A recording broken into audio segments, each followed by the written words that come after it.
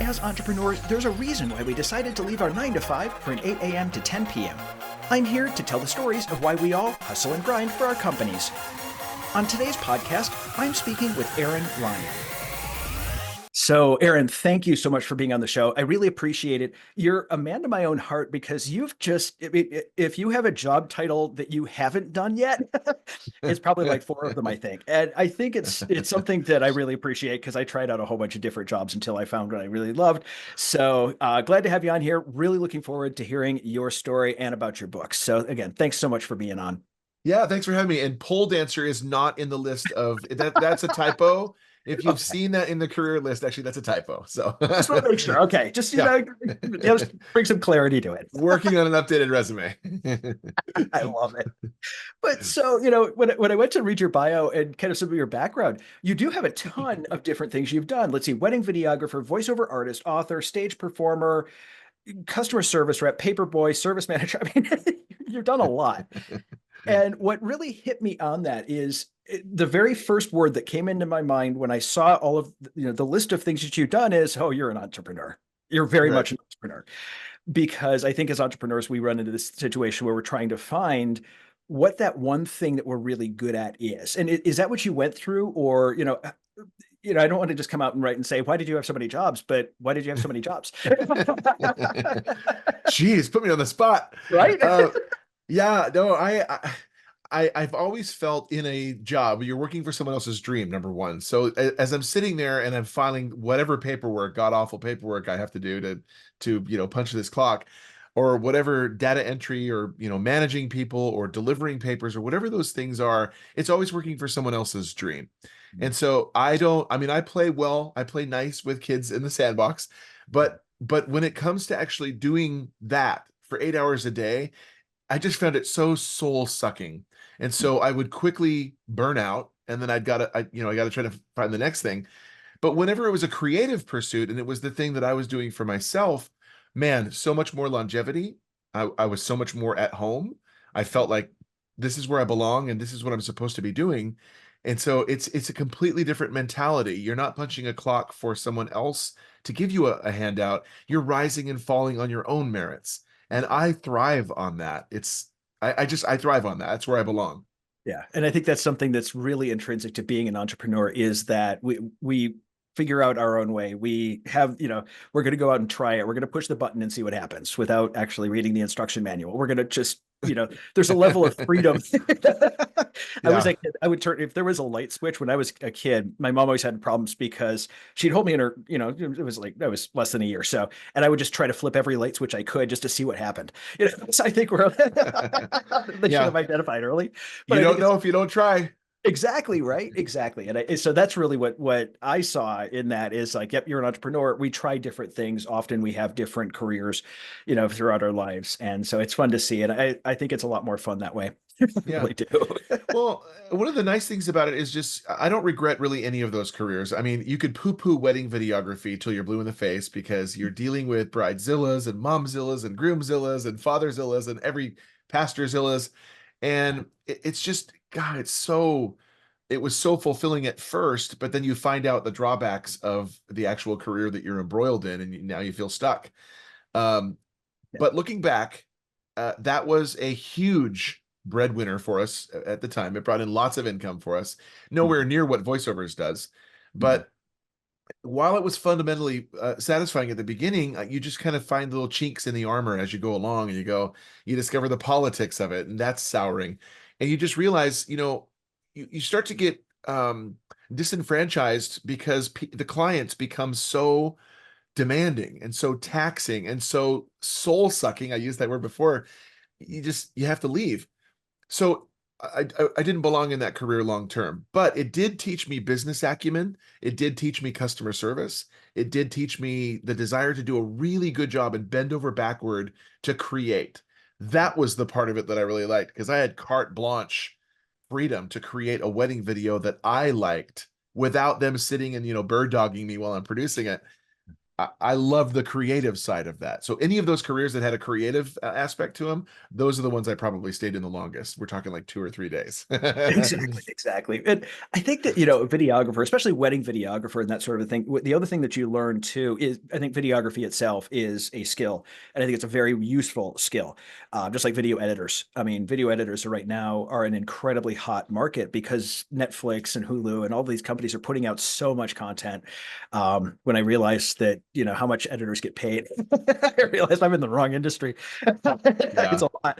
But learning different parts from each one of these jobs, like you said, customer service from it, managing, if you're a service manager over something, you need to learn how to deal with people, how to deal with employees and make that work. So I think each thing you pulled something from, and I think that is I think it's a benefit, a net benefit overall, because you've learned so many different aspects. Yeah, absolutely. The one thing that, as a voiceover artist, I'll go there for a second. That's my career. It's been my career since 2016, but I've been pursuing it since 1993. And I Mhm. get approached all the time from people who say, "Yeah, I was told I have a good voice and I should be in voiceovers. And what kind of advice can you give me?" And I can make a judgment based on just like your style of speech, the way you carry yourself, your attitude, just in this conversation. And I want to say, so, I mean, I was never told once, "Hey, Aaron, you got a great voice. You should do voiceovers." It really has very little to do with the quality or the timbre of your voice. And it has everything to do instead with business acumen, drive, hustle, commitment to doing the very best auditions and jobs that you can, willingness to market, willingness to be organized, willingness to set and hit goals, willingness to push through disappointment. So it has nothing to do with like, yes, I sound like Don LaFontaine. It just sounds, it has so much more to do with treating it like a business. That's where you're gonna, rise or fall. And I think that's something that freelancers have a lot of difficulty with is they'll either own a job, so they'll work with one or two main clients and that's it. But it's building that I see as an issue. It's the running the business. You can have the greatest voice in the world, but you may not. If you don't have the business side of it, you don't understand how it works. And there is a lot that goes into voiceover. I've worked with a lot of voiceovers. Again, almost 20 years in the learning industry. I've worked with a ton of voiceovers Mm, artists. Even a weird subsection of voiceover artists who specialize in medical terminology. It's a whole yeah, different subsection. yeah. It's There's one complicated. lady I've in done it. Canada. There's one lady in Canada who you've heard her voice. I will guarantee, but that's her entire niche. But there's so much that goes into it because every time you record, every time you're given something, it now has to sound the same. It now has to, there's a quality that comes with it. It's just totally different. Yeah, So, yeah, absolutely. yeah, And I bet that Canadian e-learning gal's name is Bev. So I'm sure we'll I think talk more so. about that. It is. I know her. I know so many people in the community. Ultimately, it's one of those things like e-learning is a great genre of voiceovers to work in, especially when the pandemic happened. Boy, did that particular genre skyrocket. Other genres fell, like voice of God and announcers, because people weren't meeting publicly for events. You didn't need the show will begin in 5 minutes. Please find your seats because nobody's having a show. No one's at a show. But e-learning, and so Yes. that went through the roof. But I love doing commercial and e-learning voiceovers. It's our bread and butter. I'm the voice of Nice. United Healthcare right now, Oh, so nice. TV commercials and radio commercials and all that stuff, that's me. But what I love about my two different careers, and they do I think they converge sometimes, but they mostly diverge. I tell stories. I'm a storyteller in both. I tell stories for people in voiceovers. I tell my own stories in authoring. Mhm. And I prefer this. I mean, so much more. But both require just a really attention to detail, focus, drive, business. Now, so we'll get into author in a moment here, but I want to kind of lean into the voiceover too. How did you get started in voiceover? Like, what was that path to starting an actual proper voiceover business? Yeah. Honestly, it was accidental. I was working at a telemarketing bureau in 1993. And so we were calling local businesses on behalf of the local radio stations. And we would say, "Jack, hey, it's Aaron with KBSG and whatever." And they'd go, "Oh, what I win?" They think they won something. And we would say, we're doing a big campaign against teenage drinking and driving, and that's what we're selling is a PSA. So we would read the PSA to the potential client, Mhm. and we would say, "Brought to you as a courtesy by Joe's Plumbing." That's the person that we're calling. And then Joe, if he likes it, he'd go, great, yeah, let's buy. But one of those times I was making the call and I read the thing, tape deck piped in through the phone, playing the sound bed. Uh, and I read it for him and he goes, yeah, sounds great. We'll buy, but only if you read. And I was like, oh, uh, uh hold please. And then it was like, can I read this? Talking to the manager. And they said yes. And apparently that was more common than I knew about. So I went to the studio. I went to the studio. I recorded the spot. Remember just putting the headphones on and going, I like this like a really lot. And I just said, it just felt so comfortable and so normal. And so that was the beginning. But I did waver and I did try a whole bunch of other creative pursuits through the years. Came back to voiceovers in 2016. And then it just really went uphill from there. I approached it with a brand new. I was a kid when I first did that spot, in the studio.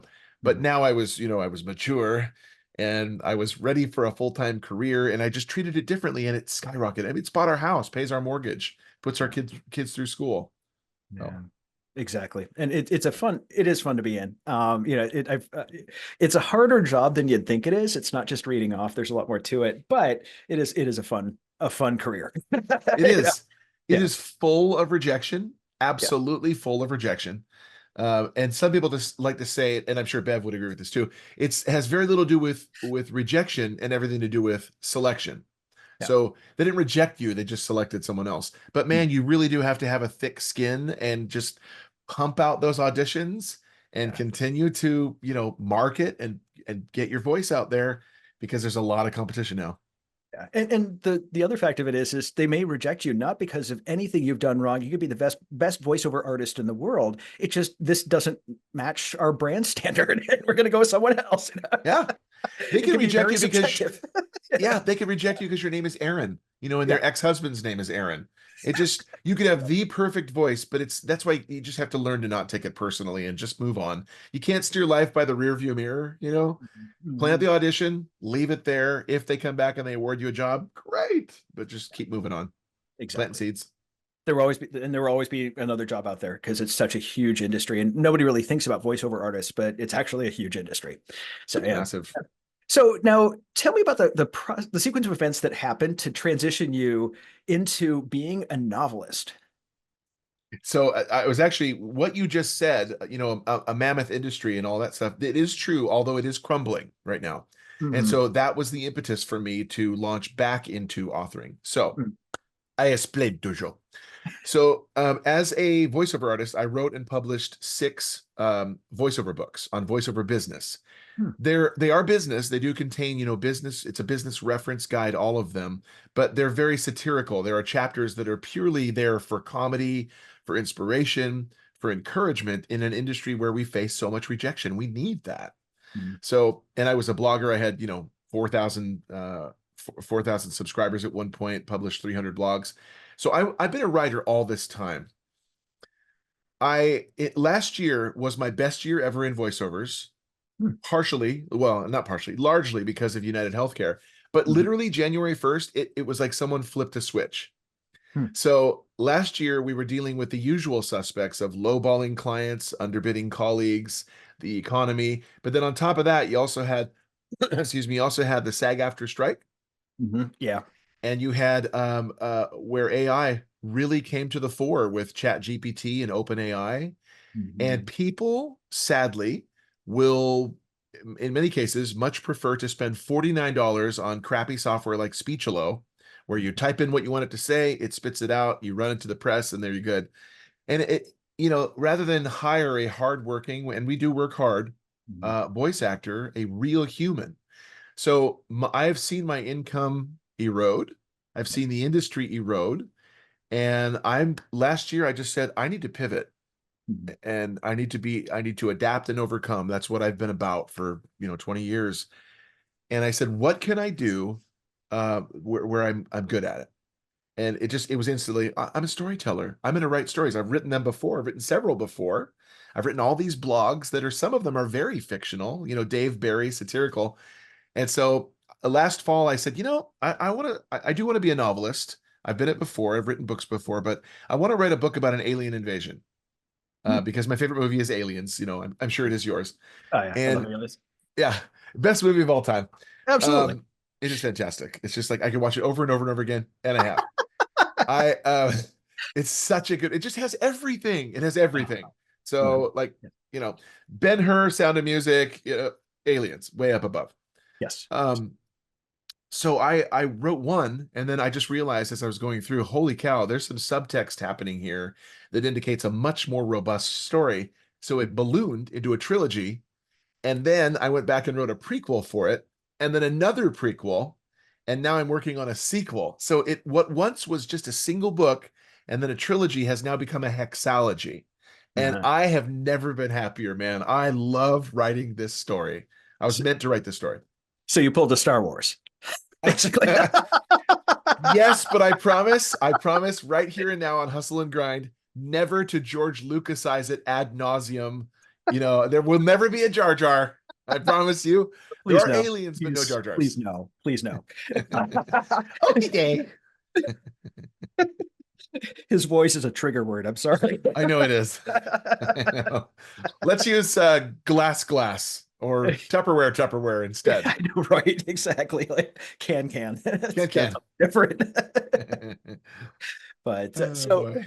how is how has how is storytelling in novels worked out for you? Like I know everyone thinks, oh, I want to write a book. What advice can you give to somebody that says, somebody told me once I need to write a book and I have no idea how the hell to start? Uh, Yeah. what would you say to somebody? And first off, should they? And I think that's always the first question is just because, like you said earlier, where, somebody said, I have a good voice. I am going to use my announcer voice and I'm going to become a voiceover artist. Right. Maybe not. There's Yeah. something different here. There's some criteria to start first. And then there's also kind of the advice. Once you've said, yes, this is what I want to do, let's go forward. So kind of two-parted question here. Yeah, Yeah. totally. So honestly, I love the phrase from Jurassic Park. Ian Malcolm, Jeff Goldblum's character, said, "Yeah, but your scientists were so preoccupied with whether or not they could, they didn't stop to think if they should." And then I'm sure he threw in a before or after that because that's what he does. Um, you have to think about that. Should you? Do Mhm. you have a story to tell? Is your story unique? Now, alien invasion, it's a familiar trope. It's been done before. However, this is what my story centers more around is it's titled Dissonance because the very worst enemy of man is always man. Yeah. And so there's a story in there that is the aliens are kind of rendered at one point just to be little more than a nuisance. We know who the real enemy is. Mhm. So the pivot for me came really easy, and I just really felt like I've never felt happier writing this story. It's told itself. I will have published all 6 of these books this year. Hmm. I started writing them last year, but I will have written and published. And because voiceovers are just diminishing, I've had all this time to write during the day and continue to churn them out and record the audiobooks for them. For Mhm. someone who wants to get into novelization or books, I love Oscar Wilde's phrase, be yourself. Everyone else is already taken. Hmm. Don't try to become the next Suzanne Collins, Isaac Asimov, Stephen King, J.K. Rowling, Tolkien. Don't imitate. Tip of the hat, nod here and there is fine, but find your own voice, come up with something that is unique and tell it uniquely. But Mhm. the people who are stuck in imposter syndrome or analysis paralysis, there's really only one way out of that, and that's just to start. Just Mhm. start typing, see what you come up with. If you don't like it, backspace and Mhm. start over again. Yeah. People tend to overanalyze. Just start, see where it Yeah. goes. Yeah. Because, when you sit down to write a book, you just write it from start to finish in one shot, one draft, right? Because Yeah, that's how it works. and Yeah. it's That's complete. always No how it works. editing required. It's ready to go. I Not published the same exactly. It just day. comes right out. Yeah. And I think, going through having watched my mom write a book and from your experience as well, I can tell there's so much that goes into it. You have a ton of times when you're like, nope, I'm done. We're not doing this. Yeah, There's a lot of that goes into the creative process. And so I would resonate again with you where it's like, just do it, just try, see what happens. It's yeah, going to be with whatever you do in life. It's going to be terrible the first time you do it, period. It's just be ready for this. We were talking before the podcast where my very first podcast was on some obscure podcast in Southern Florida for cleaners. And it was totally not my world. And Wow. thankfully it was live, so it's no longer around, so nobody can hear it because it was Oh, that's awful. too bad. It was really bad. What a bummer. But now I've become very good at it because I've done it over and over and over and over again. Same thing with you with voiceover, same, over and over and over again. You get better at this. So starting is the big thing. Yeah. Yeah. Well, the fear of failure is huge, and I absolutely get that. People have just this enormous fear of failure, but you can't fail what you don't start. So Yes. you have to start something and just like see where it goes. Mhm. Um, yeah, and I forget who said this. I think it was the producer of uh one of the most notorious musicals, famous musicals, but I can't remember. And he's modern day Mhm. musical. Wicked. Wicked. No, no, it's not Wicked.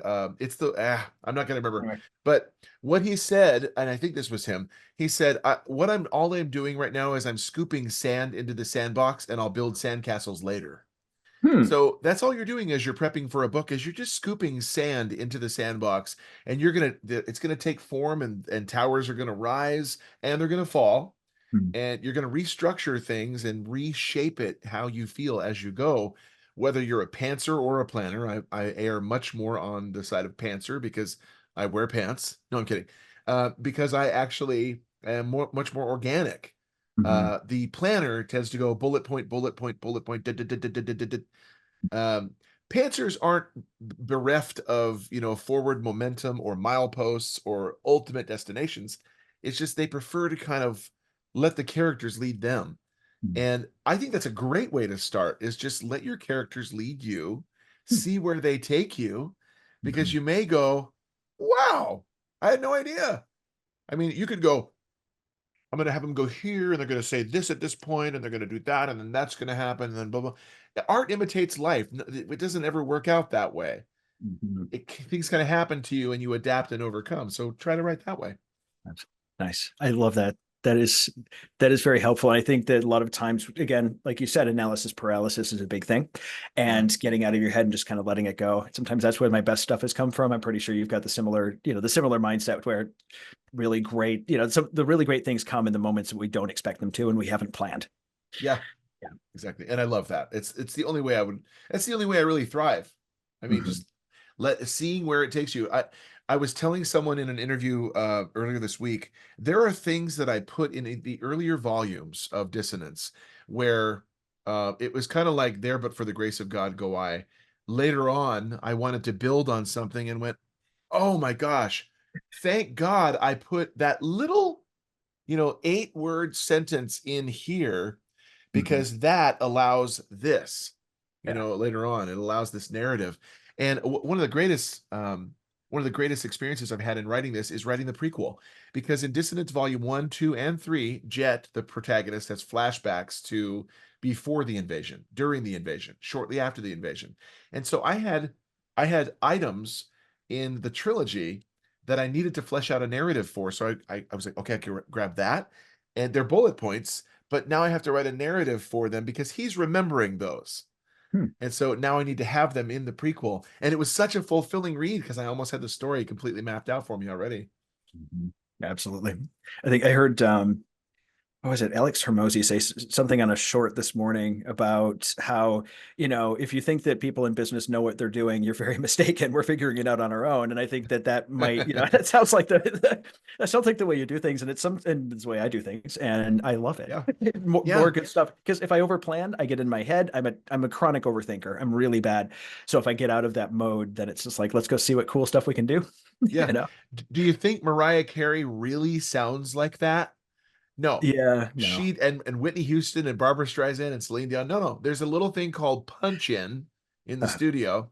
So they recorded this, and this wasn't the most ideal take. So they went back and they recorded just this part and just that part, and they punched in and plugged in these new segments. It's fixing it as you go.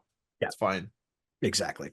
So we're winding things up a little bit. There are going to be links to your books and everything in the show description. So if you go down and take a look at it, you'll be able to grab those books. But the one thing I ask every person is, what is one book or podcast that has had a significant impact on your life that you want to share with the audience? Man, there's this fantastic series called Dissonance by this really great looking author. You mean someone else's? I'm sorry. I'm sorry. I'll go back. Yeah, that's right. No, it's So I'm a total dork, total geek. You can tell that right here. I am wearing the ring. It's not the one, just FYI. Mhm. I'm still here. See, I'm Okay, still here. good, good, But good. I love Lord of the Rings was the most formative, inspirational, creative work that impacted me early on, and I'll never forget it. To date, I've read the entire trilogy over 150 times. Wow. It is so rich and deep and broad, um, just so rich in description and narrative and backstory and everything. So Lord of the Rings, not the Hobbit. I love the Hobbit, Mhm. and certainly not the Silmarillion, although you get credit for trying. Um, Lord of the Rings, it is just the most impactph, amazing, rich story I've ever read. Hmm. If you've only liked and seen the movies, go read those books. They're just phenomenal. Good to know. And I find that a lot of times where the books just bring a lot more. The movies, just because of their format, have to be a certain, certain wing thing, certain way, certain thing. Yeah, yeah. But the books are much better. So Yeah, awesome. Well, Aaron, it's been a pleasure chatting with you today. Really me too. appreciate you being here. And thanks again. Appreciate it. Thanks for having me. Appreciate it. Thanks again for joining us on the Hustle and Grind podcast. If you'd like to learn more about Aaron, check out the link in the description.